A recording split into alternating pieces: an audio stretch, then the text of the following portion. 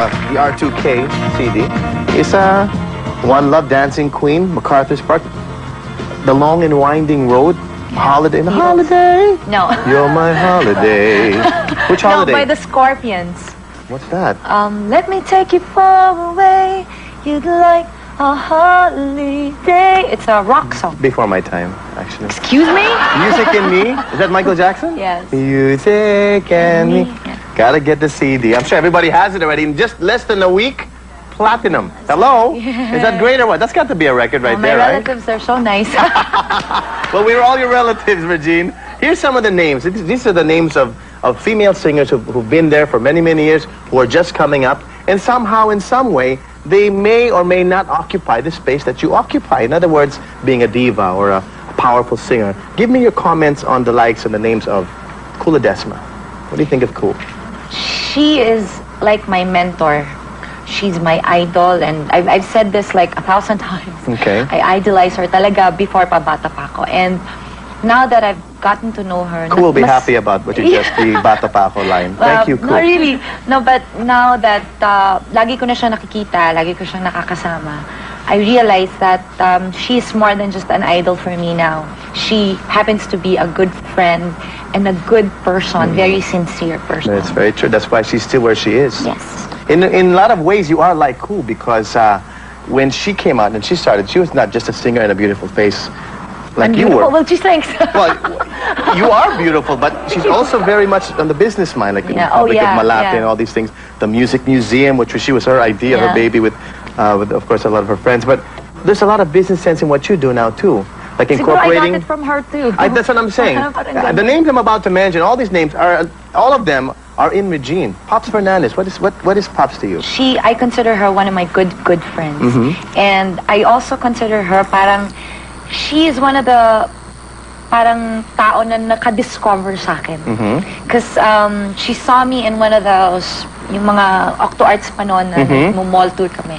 And she suggested for me to guest in your show. Talaga? I never knew that. Siya yun. Wow. So she's your discoverer, so to speak. Of course, Pilita and Tito Bertawa, of course. Of course. From day one. Oo. Pero parang siya yung isa sa mga taong nakadiscover sa akin. So I'm very, very thankful, to Pops, because of my guesting in Penthouse, I met Ronnie. That's right. He was managed executive producer. Yeah. That's right. Sharon Cuneta. Oh my God, she is, of course, the megastar. And she is like Cool. I also idolized her. Bata pa lang ako, hindi naman masyadong bata ko. She also started young. Baka magalit din sa akin. I used to watch her movies, and one particular movie I remember, talagang sobra ako nakaka-relate na bukas luluhod ang mga tala. Feel na feel ko yung movie na yan. Why? Feel na feel ko yung movie na yan. Feeling ko maraming nang ganun sa akin. Tapos rags to riches din yun. Tapos parang inaapi-api siya ng family, whatever. Right. So, I remember her for that movie, and I remember she had this show before yung Sharon, the Sharon Cuneta show. And I would always guest there, and she would always be happy that I'm there. So, yeah. Okay, Jaja Padilla. She is the sweetest person I know. Everybody's best friend, no? Yeah. Does she text you right before you sleep? Hindi naman, hindi niya alam yung may text. Hindi ako nagte-text eh. Ako yatang taong walang cellphone yun. Sorry. Sorry, ako lang yatang taong hindi marunong mag-internet at mag-cellphone. Anyway, yan. I mean, you're the hardest person to find. Just to invite to your house for dinner or something. Regine, do you know which planet she lives on? Can we send a message calling all homing pigeons? But she's also a good singer. She is one of the, of course. Yeah. Lahat ng minimension mong names, I'm not, if you notice, hindi na ako nagko-comment about their voice or musicality, because obviously they're all great musicians and singers, And Jaja, I just think she's one of the sweetest person I know. That's true. She calls me Jeannie. And I like that. Yeah, I like that very much. Yeah. Okay, Jeannie. In a bottle? Jaya. Siya kasi parang naging peers ko na siya ngayon. So, buddy-buddy kami. A lot of people think that we're not in good terms. I don't know why they think that. Why wouldn't you be in good terms? Exactly. Kasi parang ang pinaglalaban nila kami. But in real life, we're really good friends. And you're both my guests pala. Exactly. Yeah. And I like her a lot. I like her. She's very, very nice. And she's isa siya dun sa mga tao na hindi nagpe-pretend, no pretensions. Kung ano siya, yeah. ganyan siya. Totoo And you yan. just take her as she is. Tunay, no? I like Tunay, her very tunay. much, yeah. Lani Misalucha. I like her voice. Siya lang, I love her voice. Iba yung ano niya, no? Iba pati yung ad-lib style niya. And she is also napaka-sweet na tao and no pretentious. Ganyan lang talaga siya. Malambing. She's very Yeah, malambing. very. malambing. And every time I would see her, she'd always give me a hug. Right. She's very, very nice and very, very sincere also. With the names I've mentioned and also the names I'll mention after this commercial break, everyone is trying to do, or everyone is trying to have their own sound, their own identity, you know?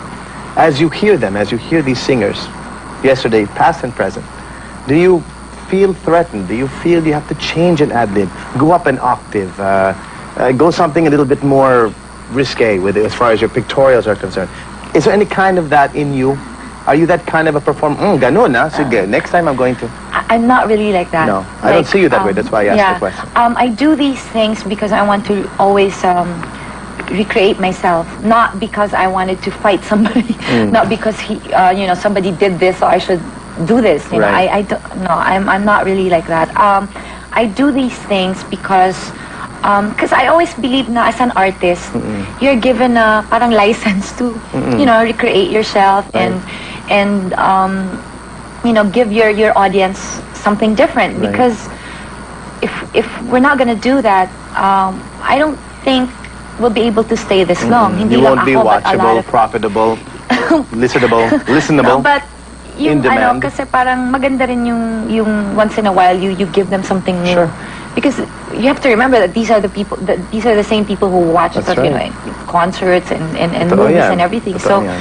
it's nice to always come out with a new thing. Right. But like I said, I don't do this para lang to show everybody that see, I did this before her. No, That's it's good. not like that. That's very good. She needs no fuel for her fire because she is just fire.